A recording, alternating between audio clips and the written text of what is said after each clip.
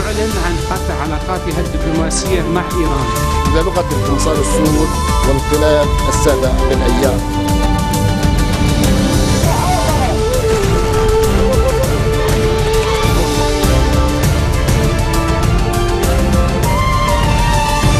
Good afternoon, you're watching the English newscast on Future Television. I'm Linda Tamim, and these are today's top stories. The Military Court of Appeals grants bail to former Information Minister Michel Smeha, who was convicted over terrorism charges early last year. Many Lebanese officials reject this decision. The cabinet holds its first regular session since September, despite a boycott by Free Patriotic Movement and Hezbollah ministers. And a convoy carrying desperately needed food and medicine heads to the hunger-stricken Syrian town of Madaya, the second delivery of aid this week.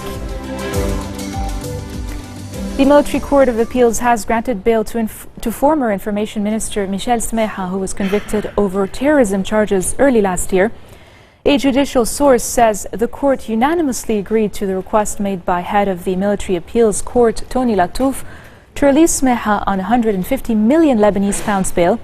But the source says Smeha was banned from travel or giving interviews pending a court verdict on his case. The court's decision was final despite rejection of the Prosecutor General's office. Smeha was convicted by Lebanon's military tribunal of plotting to assassinate political and religious figures in addition to planning terrorist attacks. He was sentenced in May to 4.5 years in prison. Lebanese officials have rejected the decision to release Smeha. Lebanese Forces leader Samir Jaja said the decision to release Smeha was rejected by all standards. He tweeted, quote, "How can I accept that a Lebanese national conspires with a foreign side to carry out murder and bomb attacks in his country? What kind of message are the judges and officers sending to the people with this decision? What hope are they leaving for the people's futures and the sovereignty of their country?" For his part, Interior Minister Nuhad al-Mashnout said the decision was a clear contradiction in itself to the military tribunal on all logical, national and legal standards. Speaking on behalf of the Future movement, he said, "We will, as a party, have a stance regarding those who are working on the basis of abolishing the nation for the benefit of killers. Our stance will be much bigger than that which justifies murders and bombs sent from the Syrian regime." Justice Minister Ashraf Rifi also lashed out at judicial and security officials for the decision to release Smeha. He said he had carried out his national duties when he was Internal Security Forces chief to seize the bombs that Michel Smeha was transporting, referring to him as a criminal. We have to cut this short now as we... Welcome back. You're watching the English newscast. The cabinet has held its first regular session since September, despite a boycott by Free Patriotic Movement and Hezbollah ministers. Information Minister Ramzi Jrej says the decision didn't tackle the military and security appointments, an FPM key demand, particularly concerning the vacant posts in the 6-member military council. FPM Chief and Foreign Minister Gibran Bassil had informed Prime Minister Tamam Salam of the decision made by the two allies shortly before the cabinet convened. He reportedly told Salam his party will wait until a decision on military appointments is made at the next meeting. FPM ministers backed by Hezbollah have boycotted cabinet meetings in the past to press their demands for the military appointments and the cabinet's decision-making process.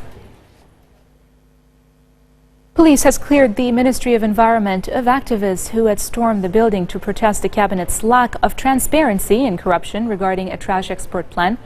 Around 13 protesters, including activist lawyer Wasif Harake, stormed the Environment Ministry in the Azariya building in downtown Beirut, prompting riot police to lock the entrances. Policemen reportedly arrested several protesters as they were shouting and jostling with policemen, who in turn began to hit them. Houston campaign co-founder Asad Tabian revealed that the detained activists were those who stormed the ministry. An Al Jadid correspondent was also attacked by police, who tried to take away his microphone during a live broadcast. The Lebanese army has carried out raids in the neighborhood of Sharawne in the eastern city of Baalbek in search for outlaws. The national news agency says the military clashed with gunmen during the raids early this morning. It said Muhammad Wahbi, 60, was killed from a stray bullet as a result of the clashes. The military brought in reinforcements from the Sheikh Abdullah barracks in Baalbek and expanded its deployment near the Sharawne neighborhood. The army also has on numerous occasions clashed with gunmen from the Jafar clan in Sharawneh.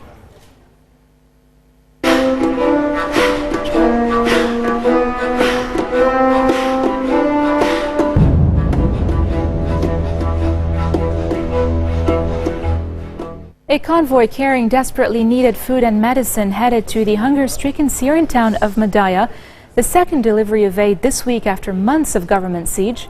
Dozens of trucks carrying flour and other essentials left Damascus early this morning for Madaya, where the United Nations says suffering is the worst seen in the nearly 5-year-old war.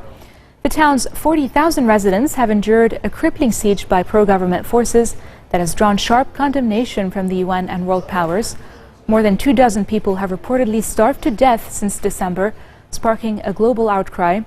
The UN humanitarian coordinator in Syria called for the siege to be lifted in Madaya, among other towns.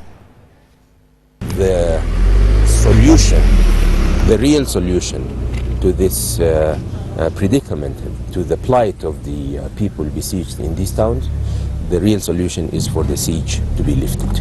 For us, that is the United Nations, the International Committee of the Red Cross and the Syrian Arab Red Crescent, to be able to reach these people is encouraging, and we are determined to continue this humanitarian mission today, but also in the coming days, bringing in more aid, medical supplies, food, other humanitarian supplies, including winter support supplies. And that is something that should not be time-bound. This is something that should be continuous. Members of the US-led coalition fighting the Islamic State will meet in Paris next week to reinforce efforts against the group. This is according to France's Defense Minister Jean-Yves Le Drian, who said the militants were clearly retreating in Iraq.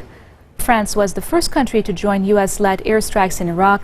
Since the Paris attacks by the Islamic State in November, it has stepped up its aerial bombing campaign of the group, including in Syria, contributing to about 20% of coalition strikes. The minister said he would host his US, British and German counterparts in Paris next week to refine strategy and discuss tactics. He said that at some point the Iraqi army and Kurdish Peshmerga forces supported by the coalition will need to launch the battle for Mosul, the largest city held by Islamic State in Iraq.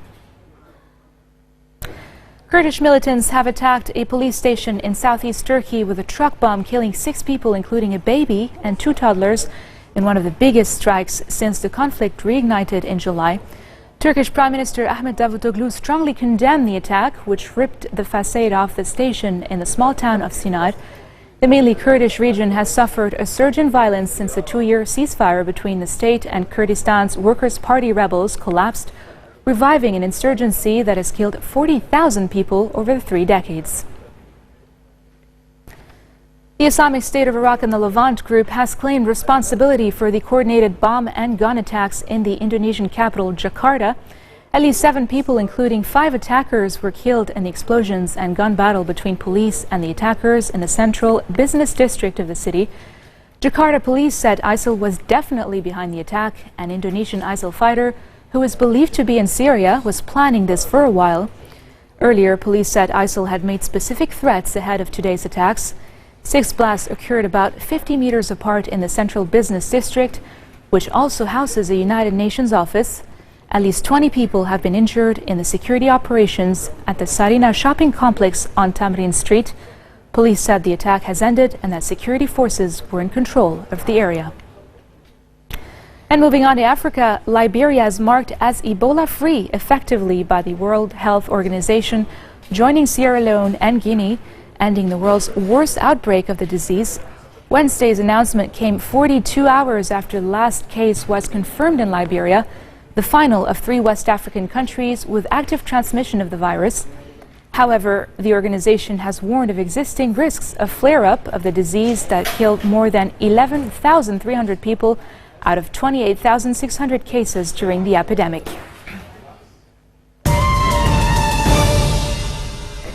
A nearly $1.6 billion Powerball lottery, the largest in U.S. history, was won with at least 3 winners from California, Florida, and Tennessee. Lottery officers confirmed that the California winning ticket was purchased at a 7-Eleven store in the Los Angeles suburb. The identity of the winners was not yet known. The prize will be split between the lucky lottery drawers, but officials said it will take several hours before more winners can be confirmed. The odds of picking a winning combination were 1 in 292 million. This marks the end of our bulletin for today. Now for a recap of our top stories. The Military Court of Appeals grants bail to former Information Minister Michel Smeha, who was convicted over terrorism charges early last year. Many Lebanese officials reject this decision. The cabinet holds its first regular session since September, despite a boycott by Free Patriotic Movement and Hezbollah ministers. And a convoy carrying desperately needed food and medicine heads to the hunger-stricken Syrian town of Madaya, the second delivery of aid this week. Those are your top stories for today. I'm Linda Tsimim, and I thank you all for tuning in this afternoon. Take care. تعلن عن قطع علاقاتها الدبلوماسية مع إيران. بلغة القنصل السود وانقلاب السادة بالأيام.